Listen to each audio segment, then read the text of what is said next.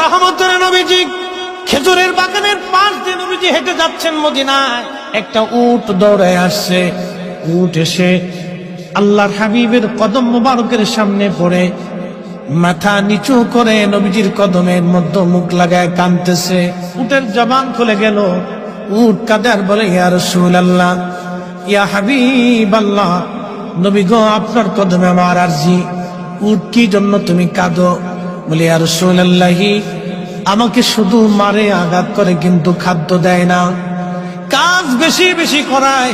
এমন সময় পিছে পিছে ওই মদিনার সেই উটের মালিক দৌড়ায় আসছে। আল্লাহর নবী বললেন, ও উটের মালিক, তুমি কি উটের মালিক? বলে, হ্যাঁ ইয়া রাসূলুল্লাহ।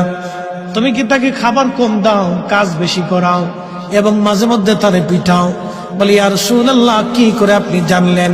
বলে, উট এসে তোমার বিরুদ্ধে আমার কাছে অভিযোগ পেশ করেছে। একবার জোরে বলা যাবে কি আল্লাহু আকবার। বিশ্ববিখ্যাত আল্লাহর একজন ওলি ছিলেন, তার নাম হযরত মালিক ইবনে দিনার আল ইরাকি আল বসরি রাহমাতুল্লাহ আলাইহি। হযরত মালিক ইবনে দিনার তিনি প্রত্যেক বছরে মক্কায় হজ করার জন্য ইরাকের বসরা থেকে আসতেন। এক বছর তিনি হজে আসলেন, হজ শেষ করলেন।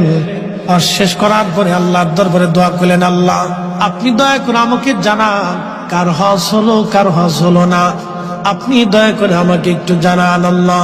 উনি দোয়া করলেন, কান্নাকাটি করলেন, আল্লাহ, এত মানুষ হজে আসলো, কিন্তু দোয়া কবুল হলো কি হলো না জানা নাই। আল্লাহ রাব্বুল আলামিন রাত্রিবেলা হযরত মালিক ইবনে দিনারকে স্বপ্ন দেখাইলেন, মালিক রে, সবার হজ আমি আল্লাহ কবুল করেছি, সবার জীবনের গুনাহ আমি আল্লাহ মাফ করে দিয়েছি, কিন্তু একজন মানুষের দোয়া এবং একজন মানুষের হজ আমি আল্লাহ কবুল করি নাই, এবং একজন মানুষকে আমি আল্লাহ ক্ষমা করি নাই। লক্ষ লক্ষ মানুষ আমি মাফ করছি, কিন্তু একজনকে মাফ করি। তো মালিক ইবনে দিনার ইরাকি বসরি খুব চিন্তায় পড়ে গেলেন যে ওই একটা লোক যদি আমি হই, তাহলে আমার জীবন বরবাদ হয়ে গেছে। ওলিরা তো সবসময় আল্লাহকে খুশি করার জন্য নিয়োজিত থাকে। একসাথে বলবেন আল্লাহু আকবার। ওলিরা কাকে সন্তুষ্ট করতেন? আল্লাহকে, রসুল। ওলিদের কাজই ছিল আল্লাহ তার রসুলকে খুশি করা।